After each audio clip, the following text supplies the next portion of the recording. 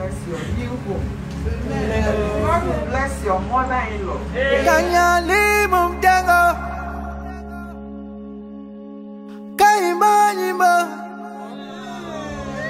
Kaniuza unifula nane mwani kufunila Kanyolimu mtego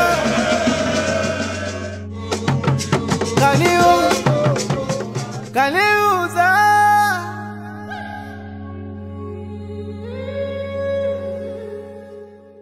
Kanyolimu mtego